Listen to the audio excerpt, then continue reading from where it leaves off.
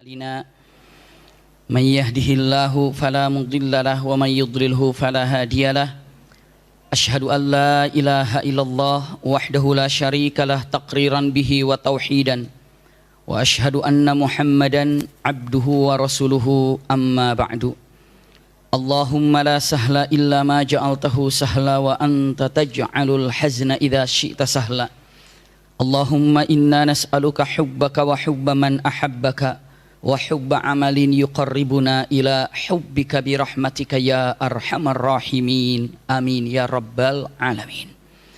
Alhamdulillahirabbil alamin. Mudah-mudahan di situ ada buhtan dan dusta ini menyampaikan satu hal yang sangat luar biasa karena fitnah bagi Siti Aisyah, ujian bagi Siti Aisyah, juga ujian bagi Rasul sallallahu alaihi wasallam, yakni bagi orang-orang yang tidak senang kepada Rasul sallallahu alaihi wasallam, juga kepada Siti Aisyah, kepada keluarganya, sampai hari ini masih disebarkan tudingan ini, masih disebarkan fitnah ini.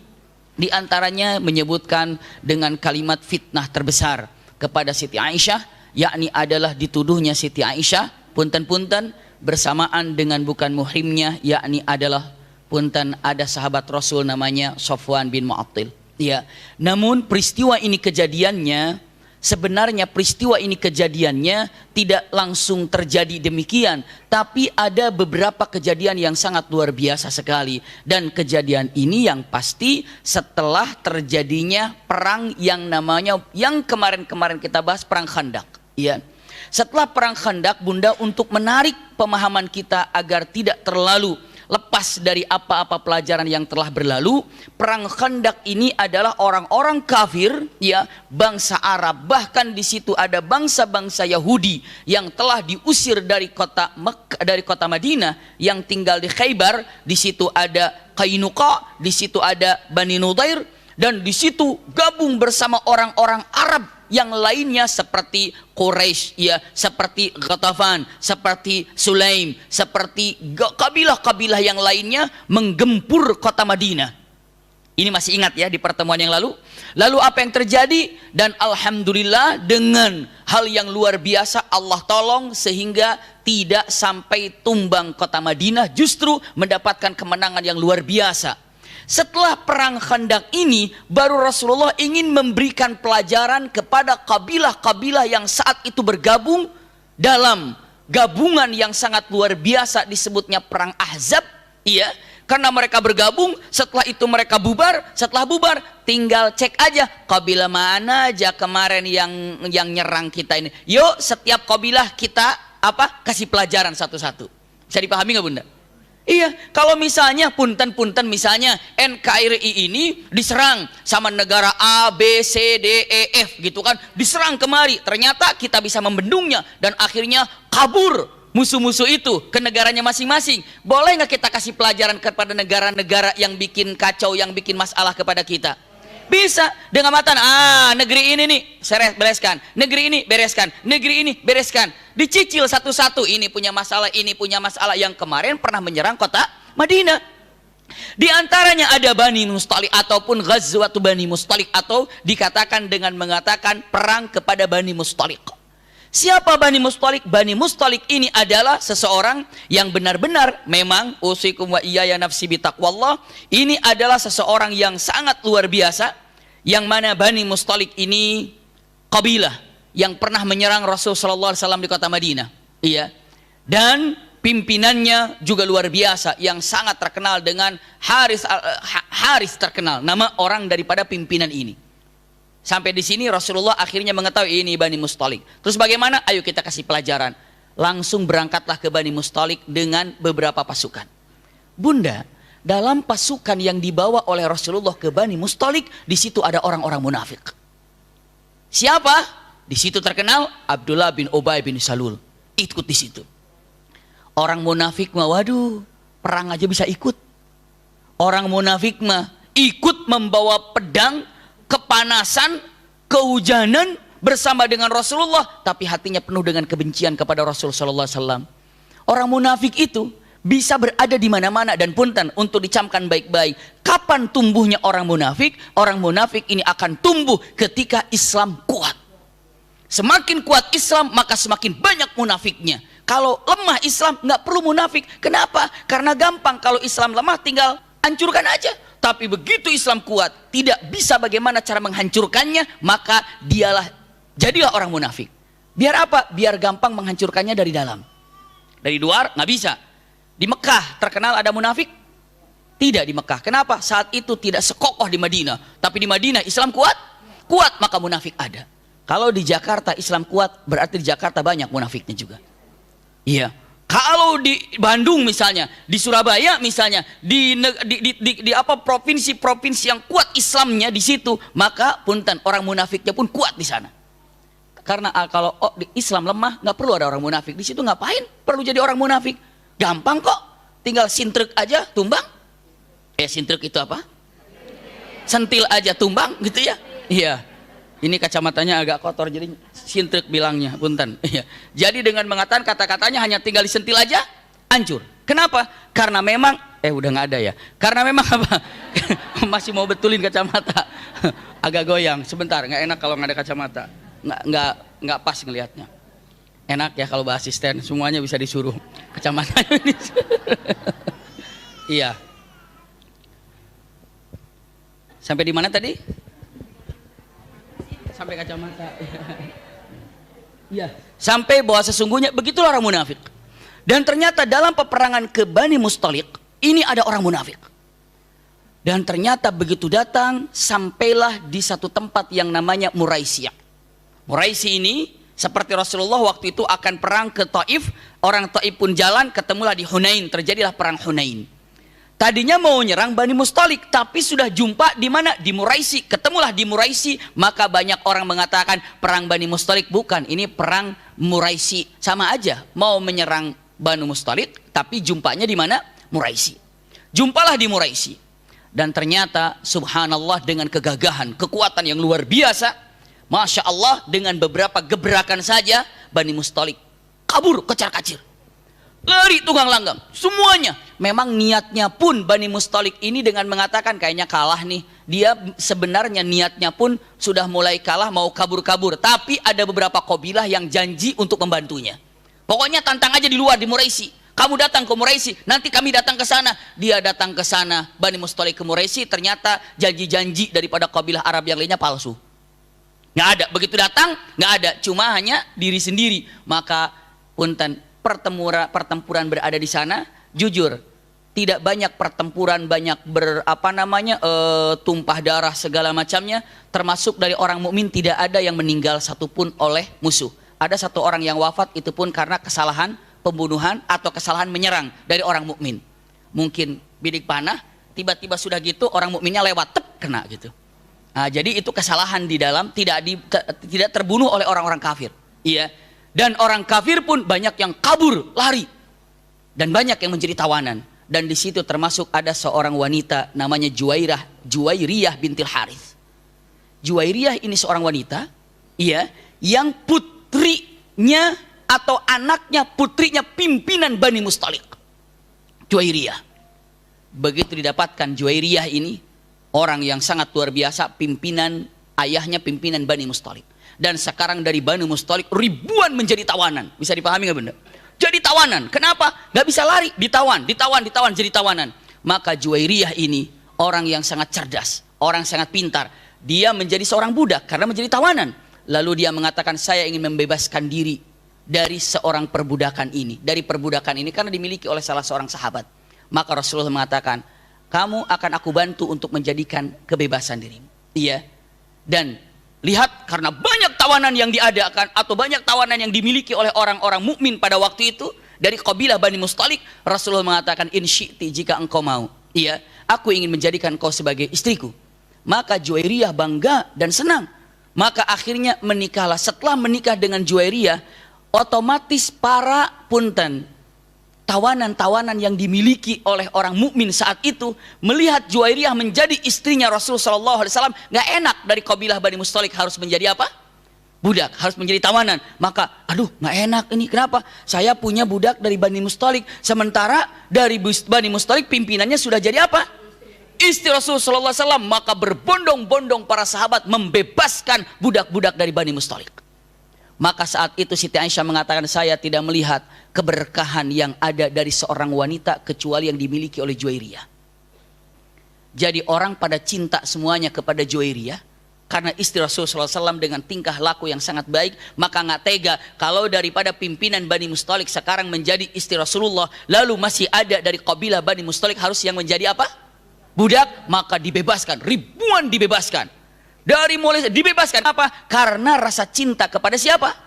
Juwairiyah yang sekarang sudah menjadi istri Rasul sallallahu alaihi wasallam. Maka punten, itulah salah satu daripada tujuan Rasulullah menikah dengan Siti ataupun dengan Juwairiyah radhiyallahu anha ummul mukminin. Kenapa? Karena melihat banyak kabilah dari Bani Mustalik yang akan dibebaskan. Oleh siapa? Oleh orang mukminin mukminat. Makanya setelah itu begitu dibebaskan, ribuan daripada Bani Mustalik menjadi mukminin mukminat. Kenapa? Bagaimana sangat setianya kepada istri Rasulullah, maka membebaskannya dan dia senang dan menjadilah mukminin mukminat. Itu nanti atas daripada punten setelah Rasulullah menikah dengan siapa? Juwairiyah. Dan Juwairiyah ini adalah putri dari siapa? Harits. Harits itu siapa? Pimpinan Bani Mustalik. Bisa dipahami itu ya? Nah, inilah baru mulai masuk. Setelah semuanya tuntas, perang sudah selesai. Di Muraisi ini, iya, di Muraisi ini apa yang terjadi? Ini ada Jahja. Jahja ini adalah pembantu daripada Umar ibn Khattab. Turun ngambil air ke sumur. Ini mula-mulanya di sini nih. Perang Bani Mustalik. Sering disebut juga dengan perang tadi apa? Muraisi. Dan sering juga disebut dengan perang ajaib. Ajaib itu daripada ajib. Ajib itu artinya apa? Keanehan. Aneh, luar biasa. Ajaib, banyak keanehan yang terjadi. Apa keanehan terjadi? Keanehan yang terjadi yang luar biasa pertama kali itu Juwairiyah membawa apa? Keberkahan yang luar biasa. Keanehan yang kedua, punten. Jahja ini adalah pembantunya Umar ibn Khattab, turun ke sumur, ngambil air. Di situ ada seseorang dari Ansor itu dari Madinah, juga ngambil air. Jadi dua-duanya turun ke sumur ngambil air. Pokoknya ada sumur lah gitu ya, mungkin turun hanya tangannya saja begitu. Begitu ngambil, gayungnya beradu, trek gitu ya. Jadi sumurnya kecil, seakan-akan berebut begitu. Lalu kata Jahja mengatakan, aku dulu. Padahal enteng masalahnya. Cuma apa? Cuma pakai trok aja. Pakai trok gayung. Tuh pakai trok. Beradu gayung aja. Jadi bisa dipahami, ada misalnya dalam satu ember begitu ngambil, trek gitu. Saya dulu. Itu kalau setan sudah masuk, ngeri sekali. Begitu truk diadu, ini diadu, kata Jahja, saya dulu. Jahja ini pembantu Umar bin Khattab dan berasal dari kota Mekah. Dan ini adalah termasuk daripada golongan muhajirin. Muhajirin itu orang-orang yang berhijrah dari Mekah ke Madinah, disebutlah golongan muhajirin. Dan orang-orang Madinah asli disebut apa bunda? Ansor. Begitu beradu, kata Jahja, saya dulu. Kata Ansor, saya dulu. Akhirnya main pelotot-pelototan dua-duanya dalam peperangan. Saya dulu. Akhirnya kata muhajirin memanggil, yalal muhajirin gitu. Hei orang-orang muhajirin, kumpul. Seakan-akan, hei gengku, hei grupku begitu. Lalu satu orang, yalal ansor, hei orang-orang ansor, kumpul. Berarti di sini manggil hei orang-orang muhajirin, yang ini memanggil hei orang-orang ansor. Hai orang-orang muhajirin, kumpul orang-orang muhajirin di samping Jahja. Yalal ansor, kumpul orang-orang ansor berada di situ semuanya. Jadi sekarang apa? Seakan-akan dipisahkan mana muhajirin dan mana ansor. Bisa dipahami nggak bunda? Dan terdengar oleh Rasulullah Shallallahu Alaihi Wasallam. Iya, Rasulullah turun. Apa kata-kata Rasulullah Shallallahu Alaihi Wasallam ketika mengatakan, yalal muhajirin, yalal ansor, hai orang muhajirin, hai orang ansor, langsung turun. Kata Rasul sallallahu alaihi wasallam mengatakan, abi da'watil jahiliyah wa ana baina dhahranikum. Kata Rasulullah, kalian memanggil di antara kalian seperti panggilan jahiliyah sementara aku masih hidup. Bisa dipahami nggak bunda? Hai muhajirin, hai ansor. Padahal bunda kalau saya tanya, muhajirin itu kata-kata mulia apa enggak? Mulia, orang-orang hijrah. Ansor kata-kata mulia apa enggak? Mulia. Dalam Al-Quran dikatakan ada kata-kata muhajirin, mulal muhajirina, minal muhajirin, muhajirin, ya, ansor kata-kata mulia. Muhajirin sahabat, Ansor sahabat, tapi ketika digunakan untuk perpecahan, Rasulullah katakan abi da'watil jahiliyah wa ana baina dhahranikum, kalian telah memanggil di antara kalian dengan gaya jahiliyah sementara aku masih hidup. Rasulullah dengan wajah yang garang, tidak suka dengan panggilan itu. Itu panggilan jahiliyah, Bunda. Rasulullah marah. Abi da'watil jahiliyah, kalian memanggil di antara kalian dengan gaya jahiliyah sementara aku masih hidup. Sekarang hati-hati. Kadang-kadang sesuatu yang baik, Muhajirin baik kan, Ansor baik kan, tapi kalau untuk memecahkan itu dakwatul jahiliyah. Hati-hati, kalau ini pengajian yang tidak sunnah, ini pengajian sunnah, berarti dakwatul jahiliyah. Hati-hati itu. Iya. Semuanya adalah sama Al-Quran dan sunnah yang diambilnya. Kadang-kadang sempambermatan, ini adalah partai warna ini, yang tidak ini, oh ini dakwatul jahiliyah. Hati-hati. Hati-hati dengan mengatakan, apa pisah dengan partai sekarang? Dengan ormas sekarang, oh ini ormasnya ini ormas, tidak sama dengan ormas, dakwatul jahiliyah. Kalau ada orang bangga terhadap ormasnya, terhadap dengan benderanya, tidak bangga terhadap Islamnya, jahiliyah. Hati-hati itu. Abi dakwatil jahiliyah wa ana baina dhahranikum. Apakah kalian senang dengan panggilan-panggilan dan jahil? Walaupun itu bagus, sunnah itu bagus, Masya Allah, tapi kalau hanya untuk memecah belahkan, berarti itu panggilan apa? Jahiliyah. Jahiliyah akan memecahkan sesuatu yang ada. Subhanallah, ngeri sekali. Siapa yang melakukan ini? Rasulullah ini. Di antara para sahabat, ya lal ansar, ya lal muhajirin. Rasulullah mengatakan, abi da'watil jahiliyah wa ana baina dhahranikum. Kalian telah memanggil dengan kata-kata jahiliyah sementara aku masih hidup. Bagaimana kalau seandainya aku sudah wafat nanti? Subhanallah, ini kata-kata yang luar biasa. Sampai Rasulullah mengatakan, salah satu amanah yang Rasulullah sampaikan kepada kita, la tarji'u min ba'di kuffara dhullala. Jangan sekali-kali engkau kembali menjadi kafir, menjadi sesat setelah aku mati. Kenapa? Karena matan yadribu ya unuqa ba'dukum ba'da, dengan cara memukul unuk itu ini, apa namanya? Leher daripada temannya masing-masing. Maksudnya apa? Punten-punten, saling mencaci maki. Saling apa? Saling hina menghina. Saling apa? Saling daripada apa? Meremehkan di antara yang lain. Akhirnya bermusuhan. Itu ada sifat jahiliyah. Ini sekarang kadang-kadang punten sekali. Punten. Ini bukan cerita apa-apa lagi, memang kenyataan. Antara majelis dengan majelis seakan-akan terpisah. Antara komunitas-komunitas yang baik akan menjadi terpisah. Itu nih terpisah. Apa coba? Padahal kalimat yang sama, la ilaha illallah Muhammadur Rasulullah. Bunda, ayahanda, ataupun tan usikum wa iyaya nafsi bitaqwallah, selagi masih punya kalimat la ilaha illallah Muhammadur Rasulullah, Allah jamin dia untuk menjadi ahli sorga. Jamin untuk menjadi ahli sorga. Coba perhatikan, ketika yang namanya Usama bertempur dengan seorang yang mana orang itu, wah, main pedangnya luar biasa. Beberapa temannya Usama bin Zaid wafat. Iya, karena orang ini, maka saat itu Usama maju ke depan untuk menyerang orang ini, dan orang Ansar pun menyerang, dan akhirnya dia itu berlari. Setelah berlari, tetap dia masih berusaha untuk membunuh Usama dan sahabatnya Usama. Tiba-tiba dia terkalahkan, dan saat dia terkalahkan dia jatuh. Hanya tinggal jatuh, hanya tinggal dipukul dengan pedang. Tiba-tiba orang itu mengatakan, la ilaha illallah Muhammadur Rasulullah, asyhadu an la ilaha illallah wa asyhadu anna Muhammadur Rasulullah. Orang Ansor, syahadat dia nggak jadi, aku bunuh.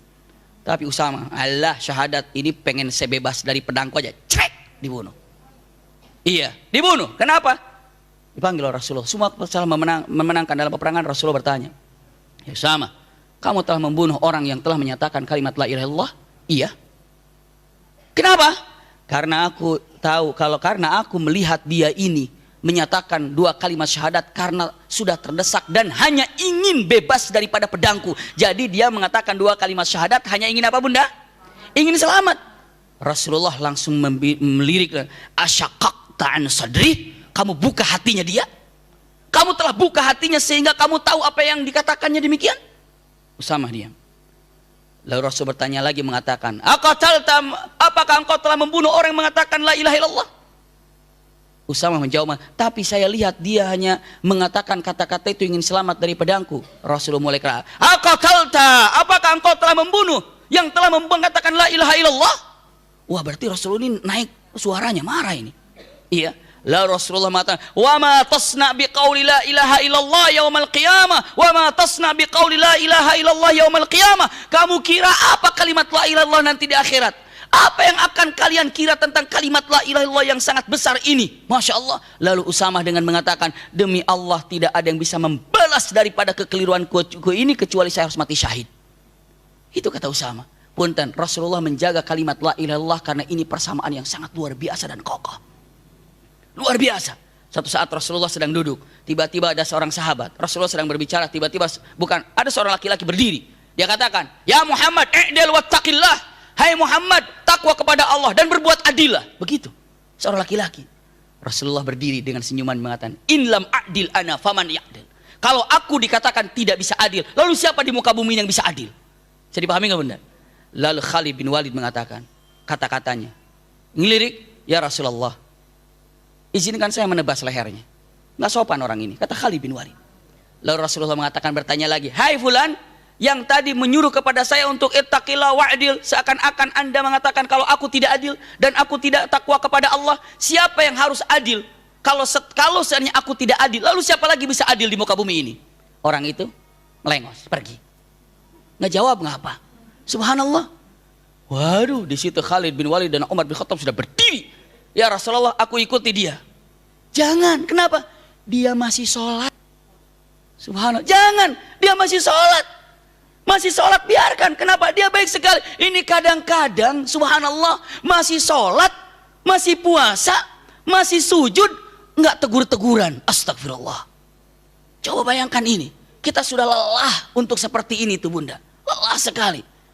Diacak-acak, dicobak-cabik, dipisah-pisah. Segala macam. Kita tuh sama dengan kalimat la ilaha illallah. Memang kita kira apa dengan hebatnya la ilaha illallah itu? Sampai Allah mengatakan, wahai Jibril, nanti di akhir zaman, nanti di akhir ketika orang surga, ahli surga sudah ahli di surga, neraka di neraka, maka Allah selesaikan yang sudah di nerakanya pindah ke surga, sampai Rasulullah pun dan Allah Subhanahu wa taala mengatakan, wahai malaikat, tolong cek kalau ada kalimat la ilaha illallah iman walaupun hanya satu dzarrah, keluarkan dari neraka, pindahkan ke surga. Walaupun hanya ada satu dzarrah. Satu dzarrah apa? Iman. Iman apa? La ilaha illallah Muhammadur Rasulullah. Hanya itu yang dapat menjadikan kita ahli surga. Kadang-kadang kita ini memikirkan, mengira la ilaha illallah itu apa gitu. Padahal itu persamaan yang sangat kokoh. Ibu punten, yang membuat ibu datang ke tempat ini karena apa? La ilaha illallah. Yang membuat ibu berhijab, la ilaha illallah. Yang membuat ibu bisa umrah, bisa haji, la ilaha illallah. Itu yang menjadikan persamaan yang sangat besar.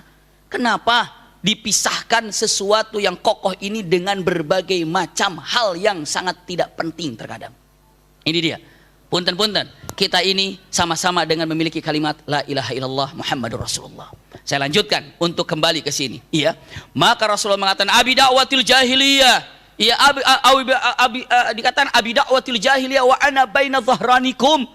Da'uha, kata Rasul, tinggalkan panggilan ini. Fa innahu mumtinah. Ini adalah seperti bau bangkai di hadapanku. Ayahanda bunda, punten, ketika memanggil sesuatu, baik itu kelompok, baik itu apa, lalu memanggilnya dan mengukuhkannya seperti apa dan bagaimana, Rasul kan fa innahu mumtinah, ini adalah seperti bau bangkai di hadapanku. Ibu kalau ada bangkai bagaimana kira-kira? Enggak, bangkai apa nih? Masya Allah, ini bangkai apa nih? Masya Allah, nggak ada. Tapi kalau yang wangi-wangian, Masya Allah wangi banget ya. Masya Allah wangi banget ya. Apa nih? Aduh duren, kayaknya duren ini. Masya Allah gitu kan? Iya. Jadi pengen duren lagi nih.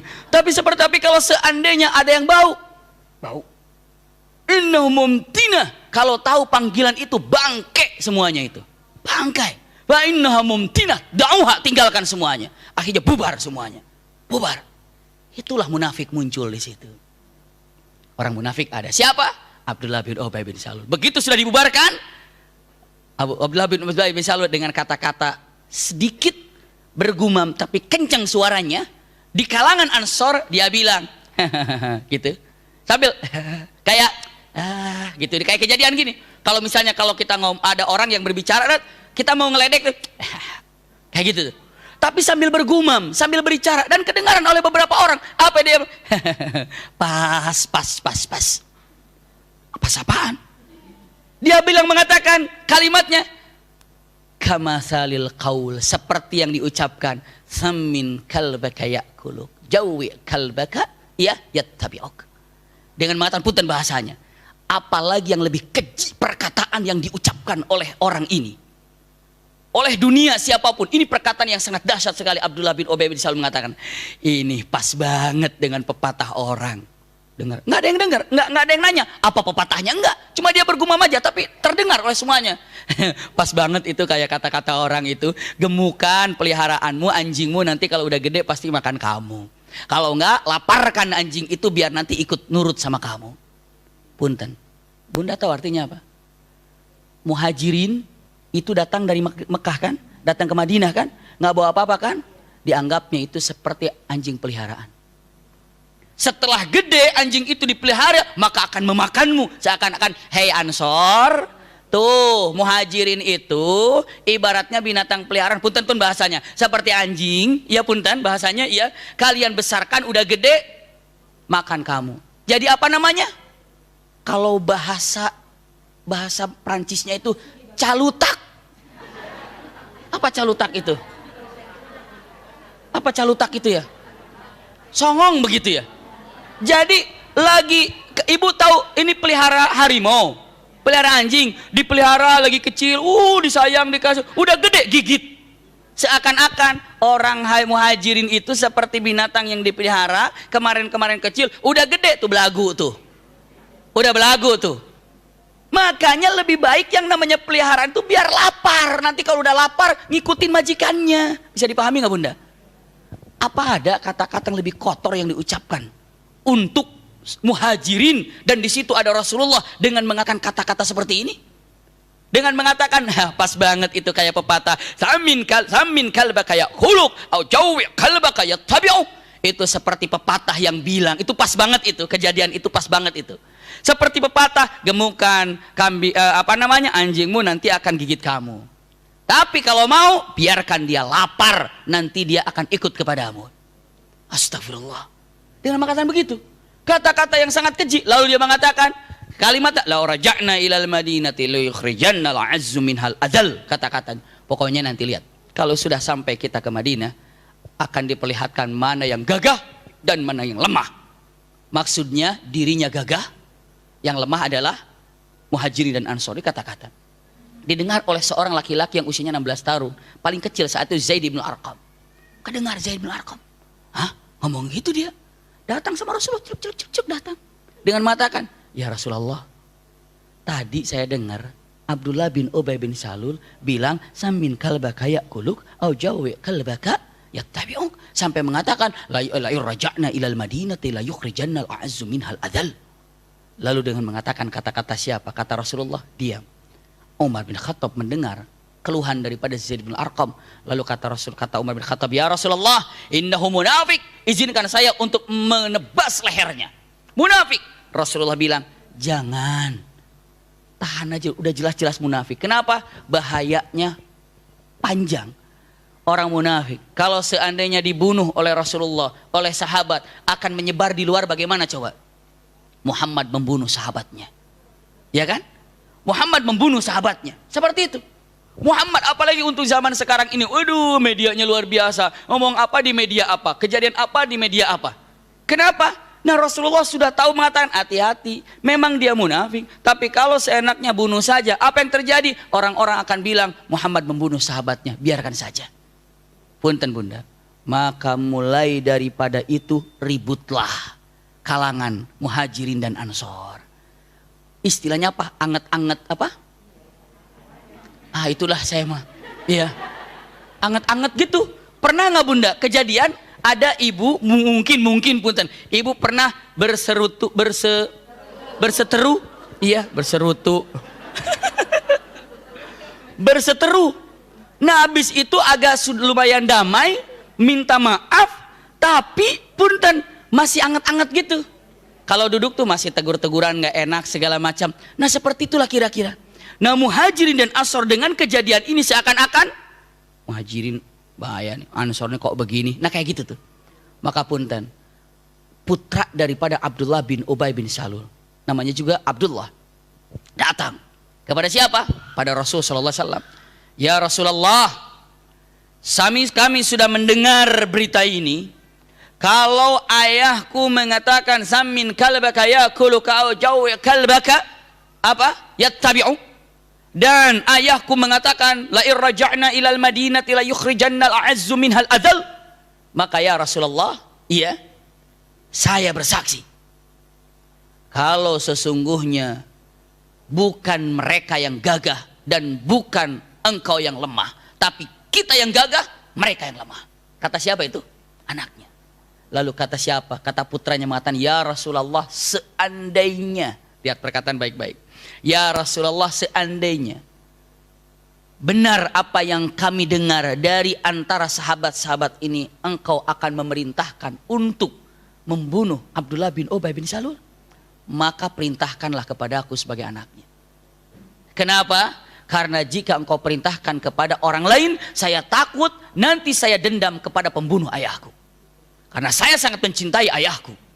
Dan engkau tahu bagaimana aku ini khidmat kepada orang tuaku, kepada ayahku. Aku sangat mencintai ayahku. Jika engkau memerintahkan membunuh ayahku oleh orang lain, aku takut benci dan aku takut dendam kepada orang pembunuh ayahku. Tapi jika engkau memerintahkan kepadaku, maka aku tidak akan ada dendam kepada siapapun. Subhanallah, ini anaknya. Rasulullah mengatakan kata-kata yang sayang diucapkan. Apa kata Rasulullah? Dengan ucapan yang sangat indah, dengan kata-kata yang luar biasa. Kata Rasulullah, tidak, aku tidak akan pernah membunuh ayahmu. Tidak, tidak, tidak mungkin aku membunuh seorang ayahmu. Kenapa? Karena dia, punten-punten, selalu Rasulullah berhadapan dengan kata-kata husnudzannya baik. Iya, mudah-mudahan ada perubahan, mudah-mudahan ada dalam kebaikan. Tenanglah anaknya, tapi anaknya mengancam selalu kepada ayahnya. Sampai begitu mau masuk ke Madinah, nanti ujung-ujungnya anaknya nunggu di depan. Begitu ayahnya datang, buka pedangnya, tutup.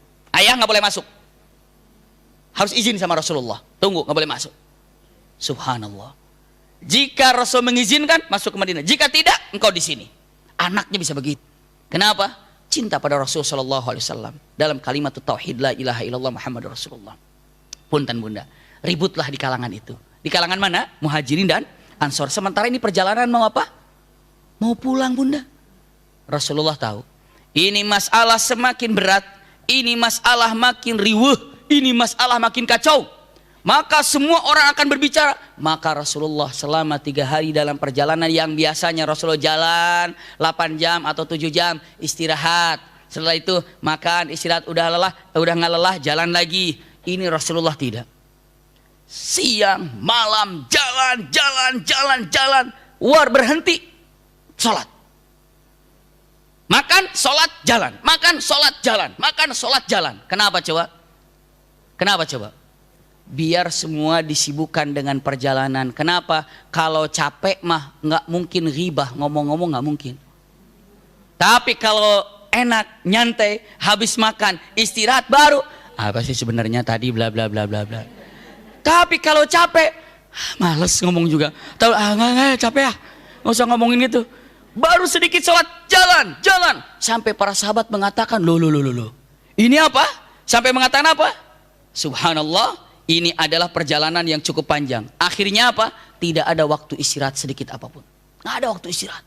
Terus jalan. Kenapa? Untuk menyibukkan para sahabat dengan perjalanan capeknya, sehingga tidak sibuk lidahnya, tidak sibuk ucapannya. Bisa dipahami nggak bunda? Biarin sibuk, perjalanan. Itulah siasat daripada Rasul Shallallahu Alaihi Wasallam. Terus jalan, nggak istirahat. Terus jalan, nggak istirahat. Terus jalan. Masya Allah.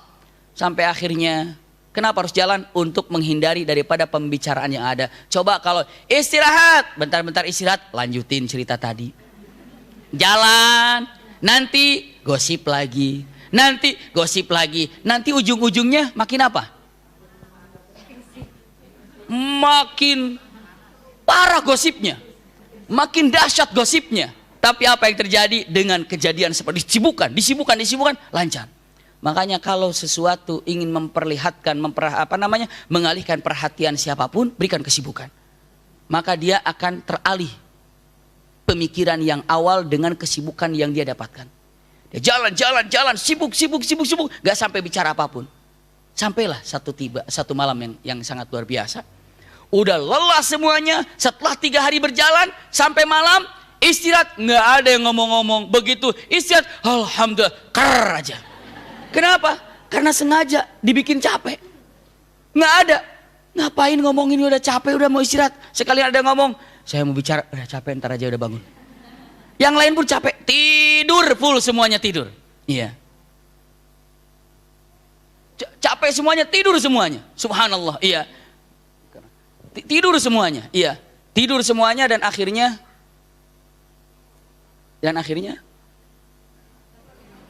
apa itu? Dan akhirnya subhanallah, apa yang terjadi? Dalam keadaan tertidur semuanya, lelap semuanya, dan inilah mulai kejadiannya bunda. Apa kejadiannya? Usikum wa iyaya nafsi bitaqwallah. Kejadian yang sangat luar biasa. Siti Aisyah, kata Siti Aisyah, riwayat langsung Siti Aisyah. Iya, Siti Aisyah mengatakan, saat itu aku masih kurus, masih kecil, masih kurus. Iya. Lalu Rasulullah kalau berperang atau berpergian kemana-mana itu selalu menggunakan atau membawa istrinya dengan bergantian. Dengan cara ini siapa hari ini, perang ini siapa, hari ini siapa. Pas daripada Ghazwatu Bani Mustalik, Rasulullah bareng bersama siapa? Siti Aisyah bunda. Nah pakai haudaj. Siti Aisyah dinaikkan ke unta, unta itu ada saungnya, ada tandunya.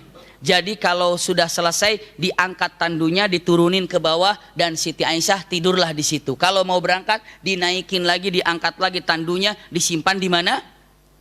Di unta tersebut. Itulah kejadiannya, selalu seperti itu bunda. Dan Siti Aisyah waktu itu malam-malam diturunkan. Setelah diturunkan Siti Aisyah ingin buang hajat.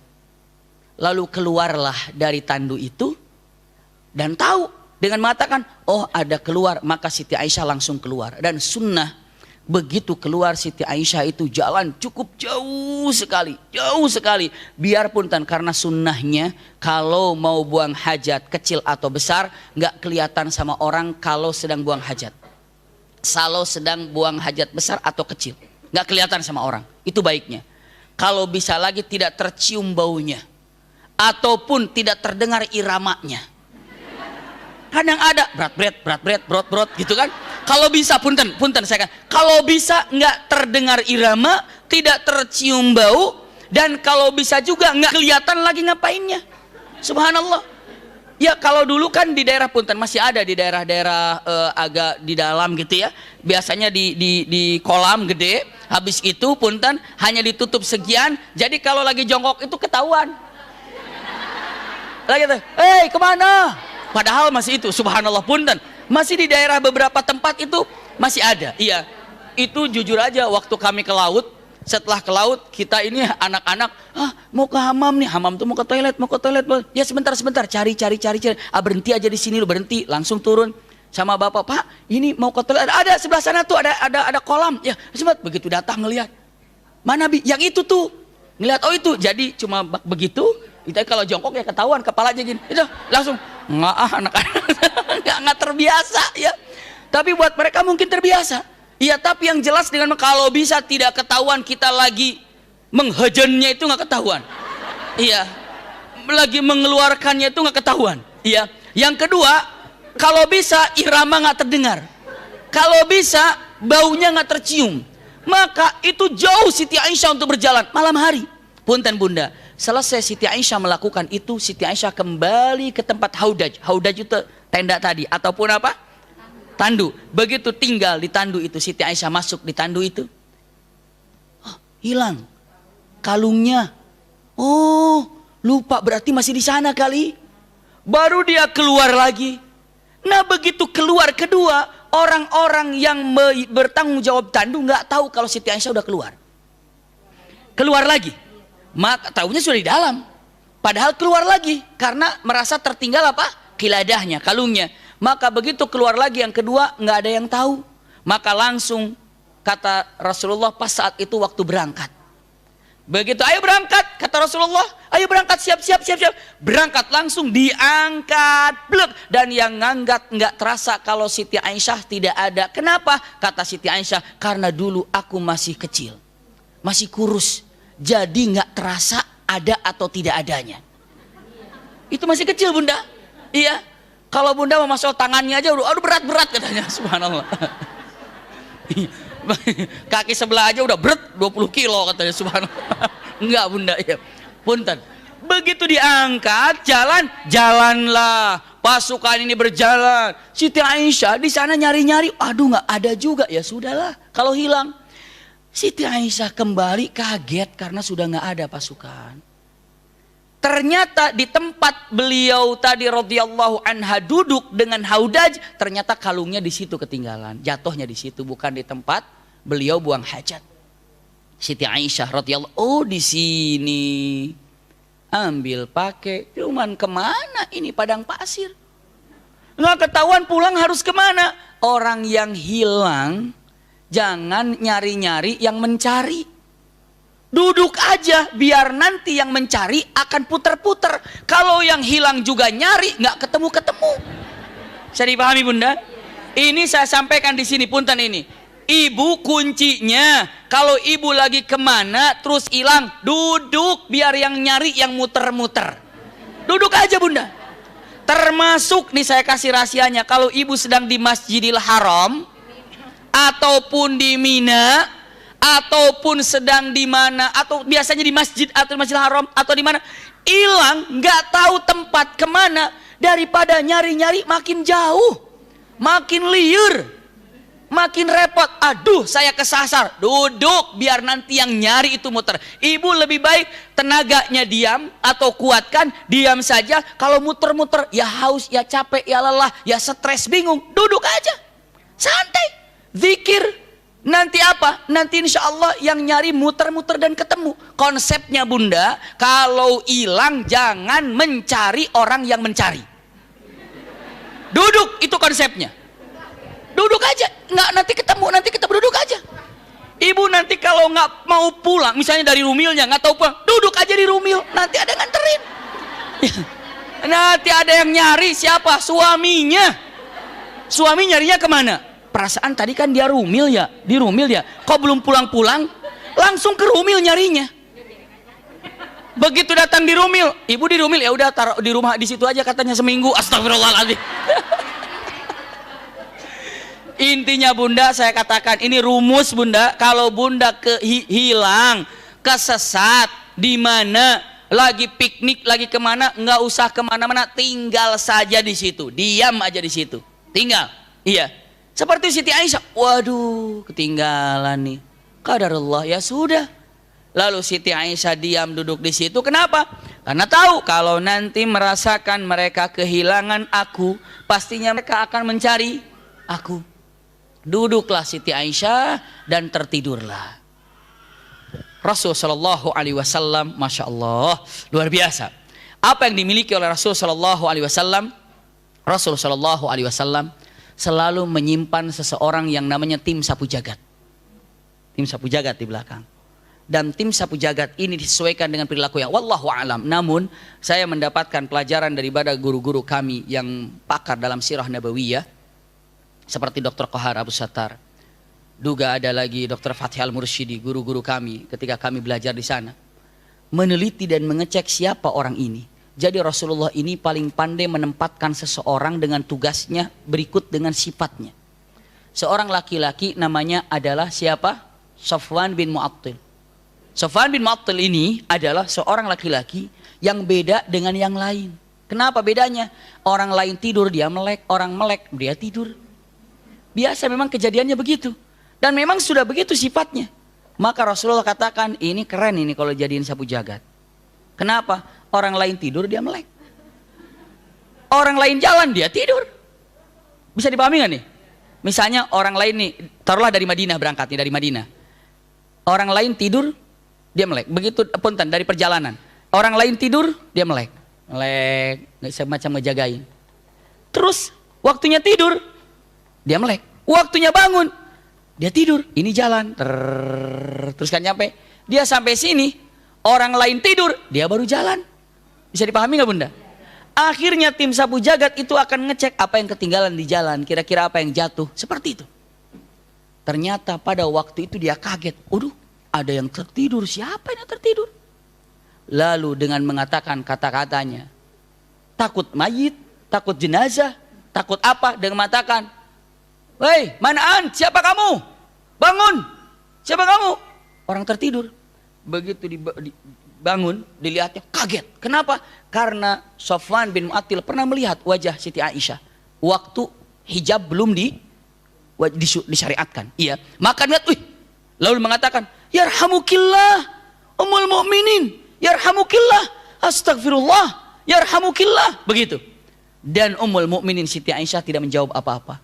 Hanya ummul mu'minin Siti Aisyah hanya merunduk dan memperlihatkan belakangnya. Demikian. Iya. Wala kilmah, baik itu pengakuan Sofwan bin Mu'attil, baik pengakuan daripada Siti Aisyah, saya sama sekali tidak bicara apa-apa dan tidak merespon dari apa diucapannya. Enggak, yarhamukillah, iya saya ketinggalan nih, enggak ada. Iya, ini saya juga alhamdulillah kamu datang, Allah sudah kirim kamu sebagai penolong saya. Qadar Allah kita jumpa di sini, astagfirullah. Langsung diam saja, enggak ada jawaban, enggak ada apa-apanya. Masya Allah, itu wanita yang luar biasa. Diam, bukan muhrim, diam. Masya Allah, luar biasa. Lalu apa yang dikatakannya? Diam. Setelah itu Sofwan bin Mu'attil juga nggak banyak bicara, nggak mengatakan dikit kayak ngomong apa saja, nggak ada. Sahabat luar biasa. Dia hanya mendekati, lalu setelah itu apa? Diturunkan untanya. Setelah itu dengan mengatakan hanya untuk informasi, dengan mengatakan didudukan untanya, naiklah, pergi Sofwan bin Mu'attil. Pergi dan membelakangi Siti Aisyah. Sampai Sofwan bin Mu'attil, saya tidak tahu Siti Aisyah naik ke unta, saya nggak tahu. Naiklah ke untanya. Begitu naik ke untanya, dibiarkan. Kira-kira sudah selesai. Punten, bisa saja Siti Aisyah kasih tanda tepuk tangan gitu kan. Tadi kok nggak bagus tepuk tangannya. Begitu udah bisa kan. Seperti wanita kalau mau berisyarat bisa begitu. Tapi nggak kasih isyarat apa-apa. Hanya mengatakan beberapa lama, diperkirakannya misalnya naik itu cukup 5 menit, ini bisa jadi 5 kali 5 menit, biarkan, biar pas dulu. Setelah diperkirakan beres, langsung dibawa untanya dan jalanlah menuju pulang. Bisa dipahami bunda? Tiba ke kota Madinah, pada waktu itu perjalanannya kira-kira datang sore. Jadi selama dalam perjalanan itu bisa dipastikan apa? Siang. Ya, siang terus perjalanan, datang sore. Qadarullah bunda, begitu sampai sore di penghujung perbatasan itu si Ubay bin Salul itu ada di situ. Si Ubay, subhanallah itu ya, ada aja di mana-mana itu orang itu. Iya, ini kayak sinetron banget, jeng gitu, subhanallah ya. Abdullah bin Ubay bin Salul ada di situ dan dia ngelihat, punten bunda, orang Arab. Iya, tajam dengan pengetahuan daripada apa yang ada yang pernah dilihatnya, itu sangat hafal dan luar biasa. Itu dia. Jadi ketika walaupun tertutup Siti Aisyah dalam keadaan tertutup, tahu Aisyah. Gak mungkin siapa perempuan ini, siapa nih? Nggak, langsung Aisyah. Tahu dari pakaian ini Aisyah. Sofwan bin Mu'attil berduaan dari mana? Apa dikatakan oleh Abdullah bin Ubay bin Salul mengatakan, hah? Aisyah? Sofwan bin Mu'attil? Wallahi, dia bilang, ma naja minha wa ma najat minhu. Sofwan bin Mu'attil nggak bakalan selamat dari rayuan Aisyah, dan Aisyah nggak bakalan selamat dari rayuan Sofwan bin Mu'attil. Artinya apa begitu tuh? Kan itu bahasanya kan isyarat yang bahaya kan? Wallahi ma naja minha wa ma najat minhu. Nggak ada yang berhasil dalam godaan masing-masing. Berduaan nggak mungkin menyebarkan sampai terkenalah dengan mengatakan Aisyah berzina dengan Sofwan bin Mu'attil. Bisa dipahami bunda? Sampai hari ini kaum-kaum yang membenci kepada Rasulullah SAW dan keluarga Rasulullah, termasuk membenci kepada Siti Aisyah, mengatakan bahwa Aisyah adalah penzina. Astagfirullah. Astagfirullah. Mudah-mudahan mereka diberikan hidayah oleh Allah Subhanahu wa taala. Setelah itu apa bunda? Usikum wa iyaya nafsi bitaqwallah. Menyebarlah berita itu dan menyebarlah berita ini. Sampailah siapa yang sampai, sampailah ke rumah. Dan punten, pertama, haudaj yang dibawa oleh beberapa sahabat yang pertama, begitu sampai mereka turunkan, udah pergi. Dikiranya Siti Aisyah kalau sudah sampai langsung masuk, gitu kan? Jadi begitu sampai turunkan dari unta, selesai, pergi. Jadi nggak terkontrol kalau Siti Aisyah nggak ada di situ. Bisa dipahami bunda? Qadarullah begitu Siti Aisyah sampai, begitu sampai Rasulullah pun sudah bukan bagian daripada rumah Siti Aisyah. Bisa dipahami nggak bunda? Jadi kalau misalnya nyampe ini bagian rumah siapa, ya udah ini bagian rumahnya mana, Rasulullah langsung pergi ke rumah itu, biarkan Siti Aisyah pulang. Bisa dipahami nggak bunda? Jadi nggak mengatakan ke Siti Aisyah, nggak, karena bukan bagian daripada Siti Aisyah. Maka begitu sampai ke kota Madinah, kenapa Rasulullah tidak tahu kalau Siti Aisyah ketinggalan? Kenapa? Karena begitu sampai Rasulullah langsung ke istri yang lain. Sementara yang bawa haudaj dikiranya, oh itulah haudajnya. Dikira Rasulullah juga di situ apa? Ada Siti Aisyah. Oh ada di situ, aman, udah ditaruh di situ. Udah Rasulullah pergi. Dikiranya itulah dikiranya. Ya percaya aja. Padahal begitu sudah sorenya masuk, nggak terlalu jauh juga perjalanannya. Bedanya nggak terlalu jauh. Iya.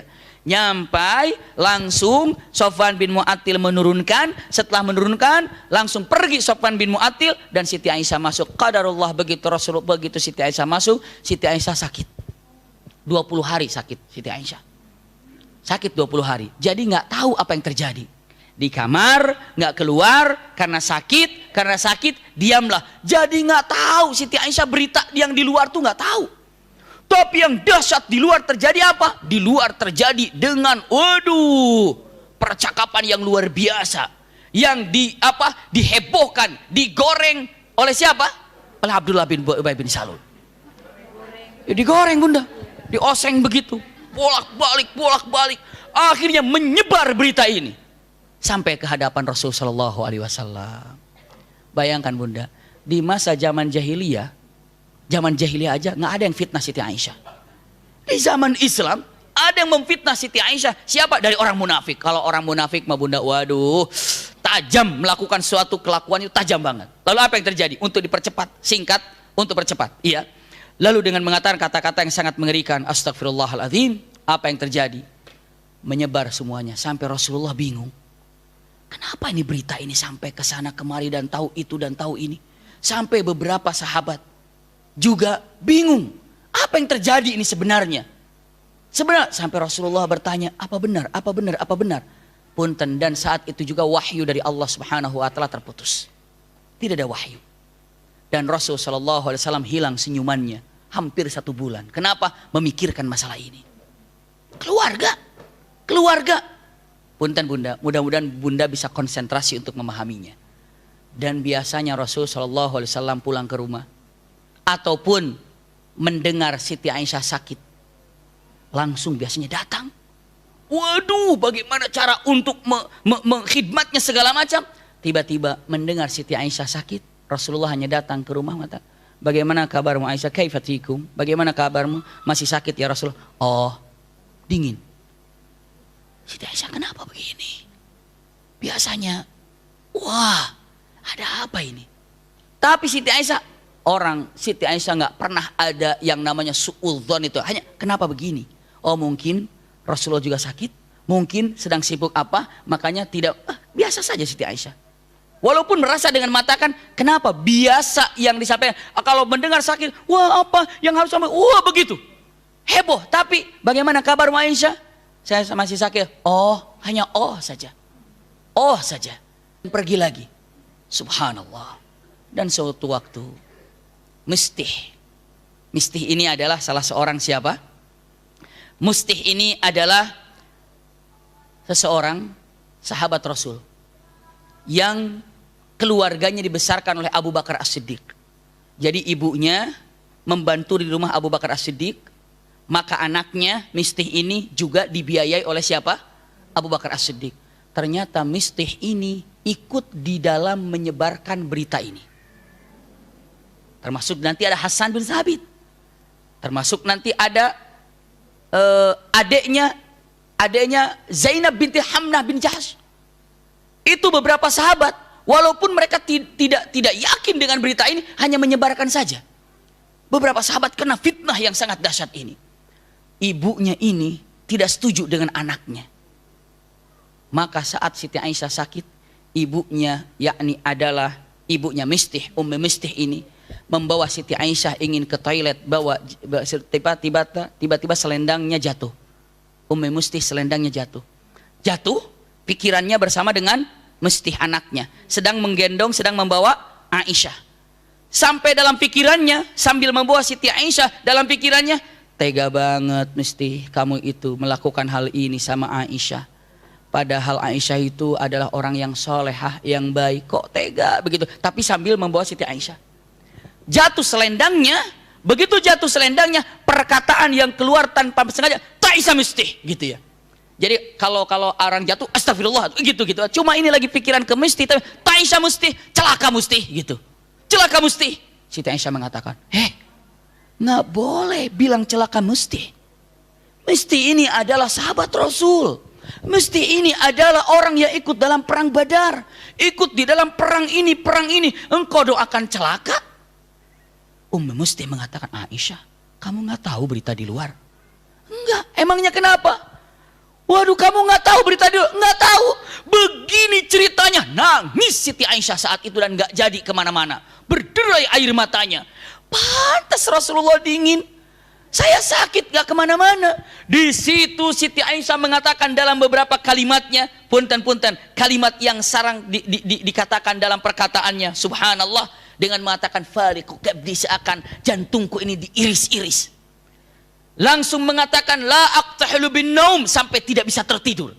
Gak ngantuk, nangis sampai jaffatil uyun, berhenti air mata. Karena apa? Sudah habis air mata. Nangis, sedih, itulah terjadi karena berita yang dusta ini menyebar di kota Madinah. Bisa dibayangkan Bunda, bagaimana seorang yang difitnah demikian di kota Madinah.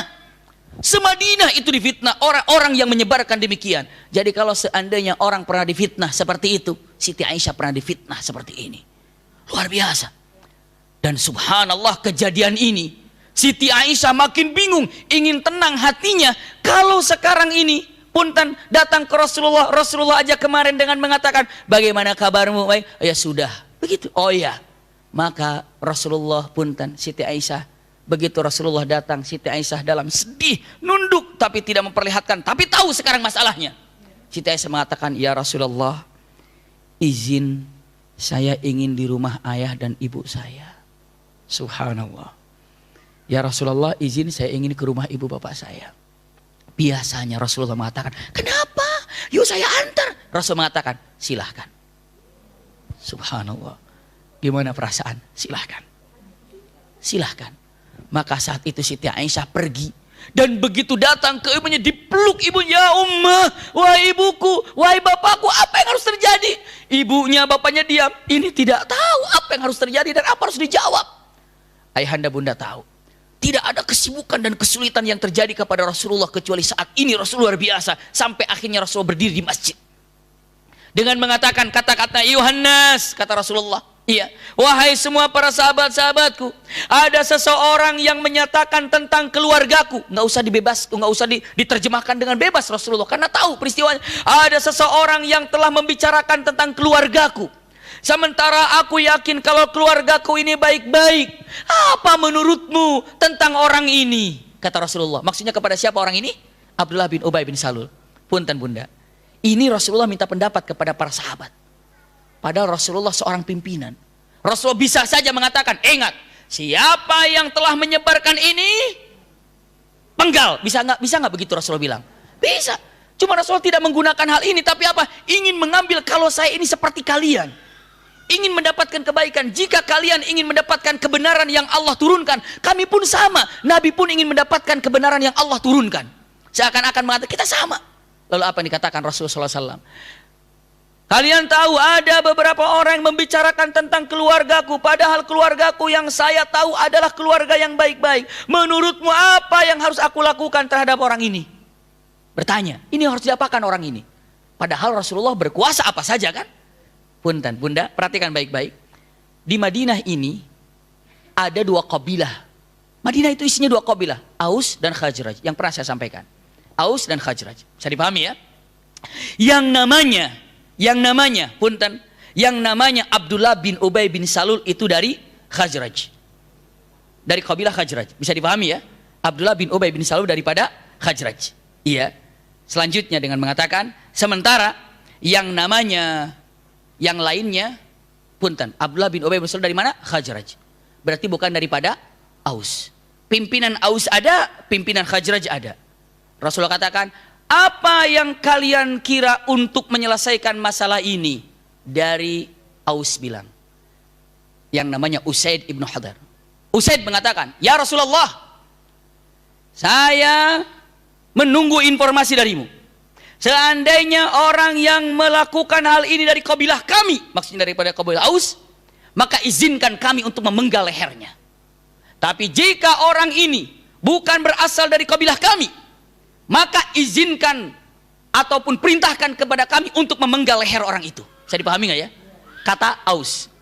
Kata Khazraj, tahu kalau orang yang bikin masalah itu dari kabilah Khazraj. Jadi seakan-akan ingin mengatakan ini dari kabilah Khazraj bukan dari kabilah aku, gitu kan? Bisa dipahami nggak Bunda? Jadi seakan-akan mengatakan, ya Rasulullah, yang ngomongin itu bukan dari kami loh, tapi dari itu tuh. Nah sekarang urusannya dengan mereka, kayak begitulah. Cuma bahasanya, ya Rasulullah, seandainya orang yang telah melakukan hal ini daripada kabilah kami, izinkan kami untuk memenggal lehernya. Tapi seandainya yang melakukan ini dari kabilah selain kami, maka perintahkan kepada kami untuk memenggal lehernya. Secara tidak langsung tuh dari kabilah sana, begitu kan? Otomatis, sahabat yang luar biasa ini adalah Sa'ad bin Ubadah dari kabilah Khazraj. Dia berdiri, langsung menunjuk kepada Usaid. Ya Usaid, iya, kamu mengatakan kata-kata itu karena kamu tahu kalau orang yang bikin masalah daripada kabilah kami. Bisa dipahami ya? Seakan-akan mengatakan kalimatnya, nggak mau, kalaulah seandainya yang melakukan masalah ini daripada kabilahmu, kamu nggak mungkin mengatakan seperti itu, gitu ya. Lalu berdiri lagi Usaid mengatakan, wahai Sa'ad, apakah kamu membela orang munafik? Berarti anda munafik. Subhanallah, jadi ramai nggak suasana? Sedih lagi Rasul, itu hebatnya munafik mengacak-ngacak Aus dan Khazraj.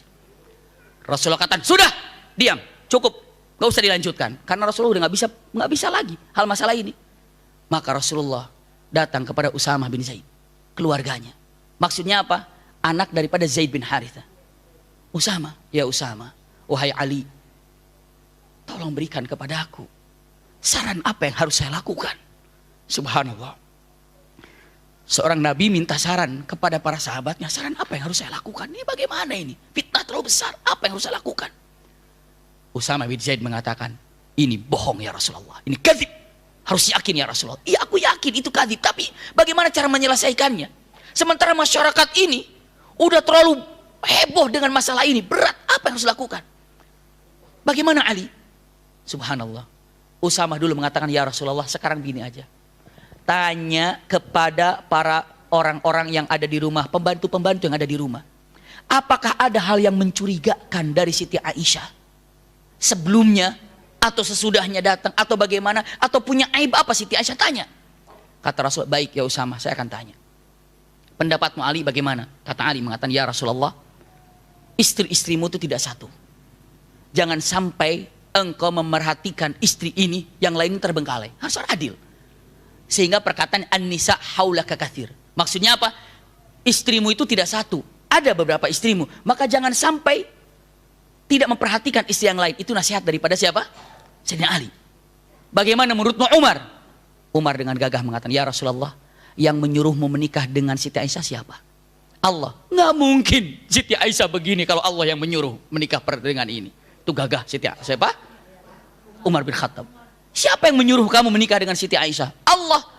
Kalau Allah yang menyuruh kamu dengan menikah dengan Siti Aisyah, nggak mungkin hal ini terjadi. Berarti Siti Aisyah pilihan Allah.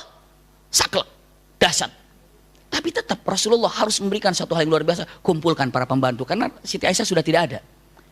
Wahai jariyah semuanya, apakah di antara kalian ketemu hal yang aneh untuk Aisyah? Nggak ada. Apakah ada aib yang pernah terjadi kepada Siti Aisyah? Nggak ada. Satu orang bicara, ada. Apa menemukan? Apa aibnya? Waktu itu Siti Aisyah lagi bikin adonan, ketiduran, adonannya dimakan ayam. Itu aibnya. Subhanallah.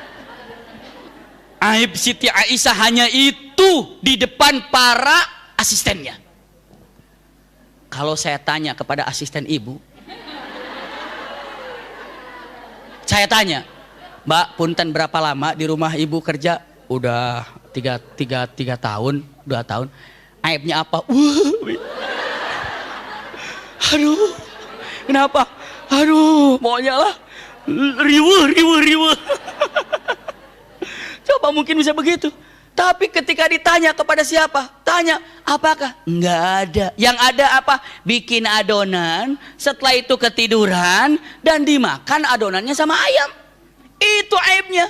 Rasulullah bilang, itu saking gak ketemu aib, cuma itu ketemunya. Saking gak ketemunya cuma itu. Bayangkan Siti Aisyah itu luar biasa. Lembut dan indahnya Siti Aisyah luar biasa. Maka Rasulullah udah gak ada lagi nih berita ini. Subhanallah, menyebar di kota Madinah, Bunda. Yang paling hebat, yang paling gagah, yang terkenal sehingga dipuji dalam Al-Quran, ini adalah Ayyub Al-Ansari. Abu Ayyub Al-Ansari bersama dengan istrinya ngobrol. Kata Abu Ayyub, wahai istriku, mendengar berita ini. Sampai semua Madinah nggak ada yang tidak mendengar berita ini. Kata Ayyub Al-Ansari, Abu Ayyub, wahai istriku, kamu dengar berita di Madinah ini tentang Aisyah dengan Safwan bin Mu'attil? Dengar. Hai istriku, jika misalnya kamu bersama dengan Safwan bin Mu'attil, bersamaan gitu, anggaplah yang ketinggalan itu kamu bisa melakukan hal yang tidak bagus bersama Safwan bin Mu'attil? Kata istrinya Ayyub Al-Ansari, Abu Ayyub, nggak mungkin dong, mustahil aku bisa melakukan itu. Kenapa? Aku takut sama Allah, ini perbuatan dosa besar. Langsung kata Abu Ayyub, oh berarti Siti Aisyah pun mustahil untuk melakukan itu. Kenapa? Karena Siti Aisyah lebih soleh daripada kamu. Bisa dipahami nggak? Istrinya menjawab, nah kalau kamu misalnya bersama dengan Siti Aisyah, yang menemukannya itu kamu mungkin berbuat hal yang nggak bagus bersama Siti? Nggak mungkin, itu dosa besar. Lalu berarti nggak mungkin Safwan bin Mu'attil melakukan. Kenapa? Karena Safwan bin Mu'attil lebih soleh daripada kamu. Subhanallah. Itu lebih hebat, dua orang sampai dipuji dalam Al-Quran. Mustahil untuk melakukan hal ini. Ini kekuatan yang luar biasa. Nanti ada pujian dalam Al-Quranul Karim. Masya Allah. Setelah itu apa yang terjadi? Rasulullah sudah tidak bisa berbuat apa-apa. Meminta pada para sahabat, jadi begini akibatnya. Meminta kepada teman-teman dekatnya, juga begini. Akhirnya datanglah ke rumah Abu Bakar As-Siddiq. Datang ke rumah Abu Bakar As-Siddiq. Assalamualaikum. Abu Bakar As-Siddiq, aduh Rasulullah datang. Ini bagaimana Mas Aisyah? Rasulullah. Aisyah mengatakan, tidak Bapak. Kenapa? Saya pun sudah tidak bisa berbuat apa-apa lagi. Akhirnya dibukalah pintu. Masuk, kata Rasulullah. Abu Bakar, ada Aisyah? Ada. Aku ingin jumpa. Berhadapan berdua. Di belakang Siti Aisyah ada Abu Bakar dan siapa? Ada ibunya. Ibunya Siti Aisyah. Jadi Siti Aisyah, Abu Bakar, lalu meruman berdua dengan Abu Bakar dan dengan ibunya Aisyah. Diam, Siti Aisyah berada di depan dan Rasulullah diam. Ini kata-katanya ada di dalam kitab ini, iya. Kata-kata yang sangat luar biasa. Saya sudah tadi kasih tanda, cuma hilang mana? Ini dia nih. Iya. Kata-kata yang sangat indah. Ini saya terjemahkan bebas saja Bunda ya. Rasulullah berbicara kepada siapa? Siti Aisyah. Amma ba'd, ya Aisyah, fa innahu qad balagani anka kadza wa kadza. Aisyah, kamu dengarkan ada kabar berita di luar tuh begini dan begini dan begini diceritakan. Siti Aisyah diam aja. Mengatakan kata, fa in kunti bari'ah, ya, fasayubri'akallah. Kalau memang Anda ini tidak melakukan apa-apa, pasti Allah akan membersihkan kamu dari berbagai macam tuduhan ini. Subhanallah. Tapi ini yang kedua. Wa in kunti almamti bidzanbin fastaghfirillah wa tubi ilaihi. Tapi jika engkau memang melakukannya, maka tobatlah kepada Allah. Kata Siti Aisyah, di situ rasa-rasanya kata Siti Aisyah, bagusnya Rasulullah tidak mengatakan kata-kata itu seakan-akan ada perkataan dua pilihan. Kalau memang engkau bersih, Allah akan bersihkan. Tapi memang jika engkau melakukan, tobatlah kepada Allah, karena Allah akan mengampuni. Siti Aisyah mengatakan, kaget dengan kata-kata itu. Apakah Rasulullah juga ikut termakan dengan perkataan itu atau tidak? Karena perkataan, wa in kunti almamti bidzanbin fastaghfirillah wa tubi ilaihi fa innal abda idza i'tarafa bidzanbihi thumma taba ila Allah taballahu alaihi. Sesungguhnya seorang hamba apabila bertobat kepada Allah, maka Allah akan berikan tobat kepadanya. Siti Aisyah terdiam. Lalu tidak bisa jawab. Rasulullah hanya menunggu. Coba, ini perkataan sangat luar biasa kan? Ya Aisyah, aku mendengar kata-kata dari luar begini. Dan jika engkau tidak melakukan apa-apa, pasti Allah akan membersihkan kepadamu. Tapi jika memang engkau telah melakukannya, maka bertobatlah kepada Allah. Sebetulnya sih nggak ada masalah kata-kata itu ya. Namun terasa oleh Siti Aisyah, karena wanita kan perasaannya luar biasa. Iya, dia dengan mengatakan, kenapa harus kata-kata itu? Maka dia mengatakan jawabannya, Lihat ke bapaknya sambil berlinang air mata. Ya Abi, wahai bapakku, ajib, jawab dong. Jawab. Abu Bakar diam. Lihat lagi, ya Ummah, ibuku, jawab Rasulullah. Tidak bisa jawab. Lalu Siti Aisyah mengatakan kata-katanya. Tidak bisa jawab. Hanya dia mengatakan kata-katanya. Ini kata-kata jawaban daripada Siti Aisyah. Kalimatnya, punten. Kalimat, wallahi ma adri ma aqulu li Rasulillah. Sungguh aku tidak tahu harus jawab apa ya Rasulullah. Kata Siti Aisyah. Hanya yang aku bisa jawab adalah seperti perkataannya. Saat itu karena saking sedihnya, kata Siti Aisyah, aku lupa mau menyebut nama bapaknya Yusuf alaihissalam. Siapa bapaknya Nabi Yusuf? Nabi Yakub. Nabi siapa? Yakub. Nabi Yakub kan? Bapaknya Nabi Yusuf kan? Nabi Yakub ketika Nabi Yusuf tidak ada, sedih nggak? Nangis kan? Nangis saking sedihnya, kata-kata yang di luar yang diucapkannya mengatakan fasabrun jamil wallahul musta'an ala ma tasifun. Kata Siti Aisyah, ya Rasulullah, aku tidak tahu harus jawab apa.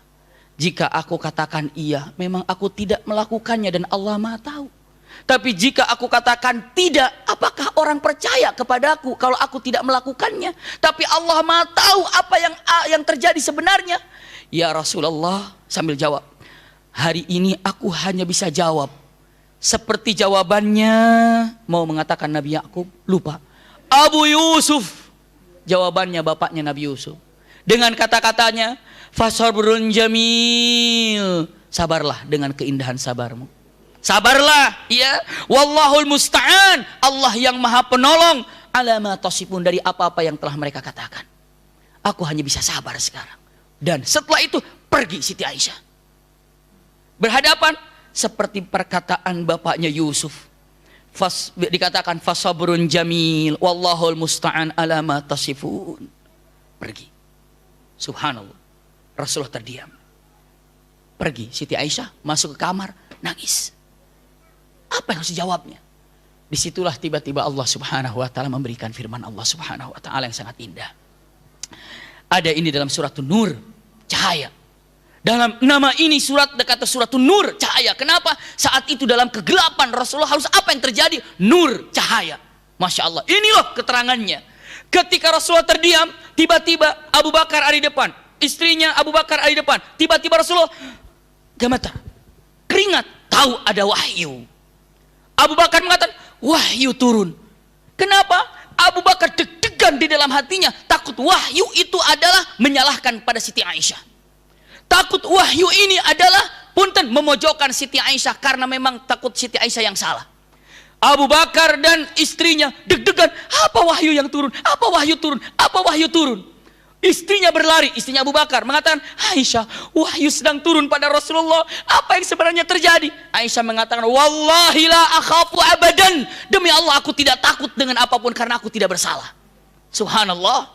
Sambil menangis, ibunya sudah dalam keadaan panik, Abu Bakar dalam keadaan panik. Ternyata firman Allah Subhanahu wa ta'ala dalam surat Nur ayat 11 ini, innalladzina ja'u bil ifki usbatum minkum la tahsabuhu syarran lakum bal huwa khairul lakum likulli imri'in minhum maktasaba minal itsm walladzi tawalla kibrahu minhum lahu adzabun azim.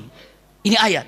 Innalladzina ja'u bil ifki, sesungguhnya mereka yang datang ini dengan dusta yang sangat amat parah. Ya, dusta. Sampai dikatakan la tahsabuhu syarran lakum bal huwa khairul lakum likulli imri'in minhum maktasaba minal itsm walladzi tawalla kibrahu minhum lahu adzabun azim. Dan yang pertama kali atau yang menyebarkan berita ini pertama kali maksudnya adalah Abdullah bin Ubay bin Salul, itu memiliki azab yang sangat pedih. Ya, laula id sami'tumuhu dhannal mu'minuna wal mu'minatu bi anfusihim khairan wa qalu hadza ifkum mubin. Ini adalah ifk, dusta yang sangat nyata, dusta yang sangat parah, dusta yang sangat besar. Maka dikatakan ini adalah dusta. Subhanallah, ya, laula ja'uka alaihi bi arba'ati syuhada fa id lam ya'tu bis syuhada'i fa ulaika indallahi humul kadzibun. Kalaulah harus ada orang yang menuduh tentang perbuatan zina, harus ada 4 saksi. Apabila tidak ada 4 saksi, maka orang yang menyatakan itu bagiku adalah pendusta, kata Allah. Subhanallah, ini jelas sekali. Walaula fadlullahi alaikum wa rahmatuhu fid dunya wal akhirah lamassakum fima afadtum fihi adzabun azim. Seandainya kalaulah mereka bukan umat Muhammad lalu telah memfitnah Aisyah, maka semua akan aku azab. Tapi karena mereka umat Muhammad yang telah dicintai oleh Allah Subhanahu wa taala, berani menyakiti seorang yang solehah, Siti Aisyah. Kalaulah seandainya bukan karena rahmat Allah, orang yang memfitnah seperti ini akan dihancurkan oleh Allah Subhanahu wa taala. Ini tegas sekali.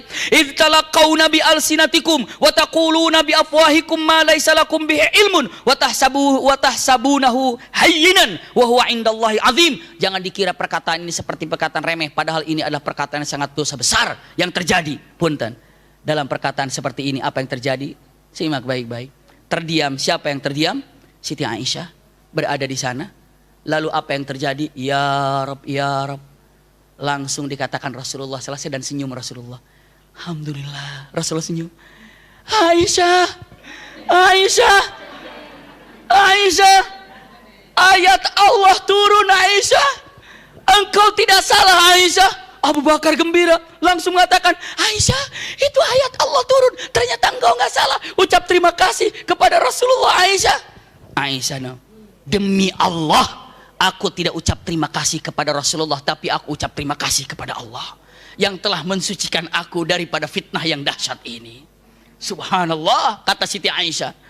Lalu mengatakan, ya Allah, padahal aku berharap cukup ada Jibril kasih tahu saja. Padahal aku berharap cukup Rasulullah mimpi saja dalam mimpinya.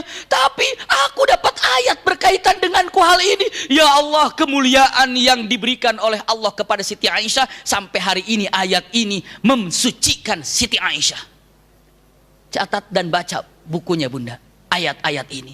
Maka apa yang terjadi? Bersihlah semuanya, tuntaslah semuanya. Lalu Rasulullah mengatakan di masjid, innalladzina ja'u bil ifki usbatum minkum la tahsabuhu syarran lakum bal huwa khairul lakum. Dibacakan ayat semuanya oleh Rasulullah sallallahu alaihi wasallam dan semua para sahabat bertakbir, Allahu akbar, Allahu akbar. Bersihlah nama Siti Aisyah. Satu-satunya wanita yang dibersihkan oleh Allah dari langit itu adalah Siti Aisyah. Bersih, nggak bersalah. Lalu Rasulullah mencari siapa yang menyebar berita ini dan akhirnya ketahuanlah. Lalu setelah itu dideraklah orang-orang yang menyebarkan fitnah buruk tersebut. Iya, di beberapa sahabat kena dan termasuk Mustih yang dibesarkan oleh Abu Bakar As-Siddiq. Bunda, Mustih ini di ayat 22-nya ada perkataan punten dengan mengatakan Abu Bakar marah dengan mengatakan apa?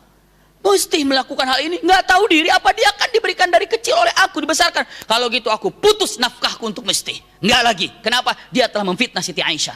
Jawab dalam Al-Quran, wala ya'ti ulul fadli minkum was-sa'ati ayyatu ulil qurba wal masakin wal muhajirina fi sabilillah wal ya'fu wal yasfahu. Dikatakan ala tuhibbuna ayyaghfirallahu lakum wallahu ghafurur rahim. Dengan mengatakan, dengan kalimatnya, jika ingin mendapatkan ampunan dan cinta dari Allah, maka punten, maafkan orang-orang yang telah menyakitimu. Maka Abu Bakar mengatakan, aku maafkan dan nafkahku aku akan tetap jalan kepada Mesti dan lebih besar daripada seperti biasanya. Masya Allah. Maka itulah terjadi yang sangat indah. Maka dengan kata-kata yang sangat luar biasa, jadilah Madinah ini bebas daripada hadisul ifk ataupun apa namanya? Punten, apa tadi? Berita dusta ini. Hari ini alhamdulillah kita tahu bagaimana Siti Aisyah difitnah dan bagaimana Siti Aisyah dibersihkan oleh Allah Subhanahu wa taala. Tidak bisa disampaikan kesimpulan yang cukup panjang, namun inilah yang bisa disampaikan. Insya Allah ada manfaatnya. Namun orang-orang yang tidak senang kepada siapa Siti Aisyah selalu saja menyatakan hal-hal ini tidak baik kepada Siti Aisyah. Mudah-mudahan bunda ada manfaatnya untuk kita semuanya dan kita semuanya diberikan oleh Allah Subhanahu wa taala kenikmatan lahir batin dalam beribadah pada Allah Subhanahu wa taala. Ada tolong didoakan ya. Pertama di sini ada mohon doanya untuk Ibu Palupi ya. Ibu Palupi Darmardini ya yang sekarang dalam keadaan sakit. Semoga Allah berikan kesehatan kepada beliau. Penyakitnya juga luar biasa ujian dari Allah Subhanahu wa taala. Kanker getah bening ya, dan mudah-mudahan Allah berikan kesehatan kepada beliau dan Allah berikan kesabaran kepada beliau dan keluarganya. Juga didoakan untuk putri daripada Ibu Imam Munir yaitu Sylvia Laura Lestari, ya, juga dalam keadaan sakit ya. Semoga dalam keadaan sedang hamil 7 bulan ada pendarahan, semoga Allah berikan kesehatan kepada beliau. Dan juga mohon doanya untuk sahabat kami Dr. Miftah yang sekarang dirawat juga di mana, Singapura kalau nggak salah. Semoga Allah berikan kesehatan kepada beliau juga. Mudah-mudahan yang sakit diberikan oleh Allah Subhanahu wa taala kesehatan, yang dalam keadaan memiliki keluarga yang sakit pun Allah berikan kesehatan. Allahumma shfina washfihim anta syafi la shifaa illa shifauka shifaan la yughadiru saqama wala haula wala quwwata illa billahil aliyil azim. Allahumma shfina washfihim anta syafi la shifaa illa shifauka shifaan la yughadiru saqama wala haula wala quwwata illa billahil aliyil azim. Rabbana atina fid dunya hasanah wa fil akhirati hasanah wa qina adzabannar. Subhana rabbika rabbil izzati amma yasifun wa salamun alal mursalin walhamdulillahi rabbil alamin. Jazakumullah khair ala husni istimaikum, lakum minni al-hubbu wa du'a. Wassalamualaikum warahmatullahi wabarakatuh. Subhanakallahumma wa bihamdika asyhadu an la ilaha illa anta astaghfiruka wa atubu ilaika walhamdulillahi rabbil alamin.